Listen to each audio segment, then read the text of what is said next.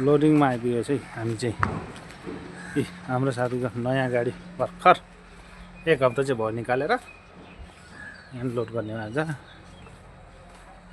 चाहिँ कुन्चुलिङ भुटान हेर्नुहोस्, सब बाहिरबाट आउँछ यहाँ चाहिँ सामान ट्रान्ससिप यहीँ हुन्छ। हेर्नुहोस् कन्टेनरहरू आएको छ। यत्रो गोदामहरू हो क्या, गोदाम। हेर्नुहोस् बिल्डिङ घरहरू यहाँ।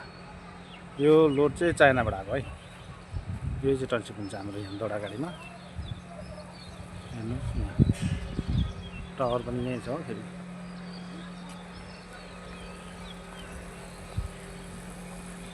हेर्नुहोस् यस्तो चाहिँ भुटानको जग्गाहरू चाहिँ। यो पनि गोदामै हो।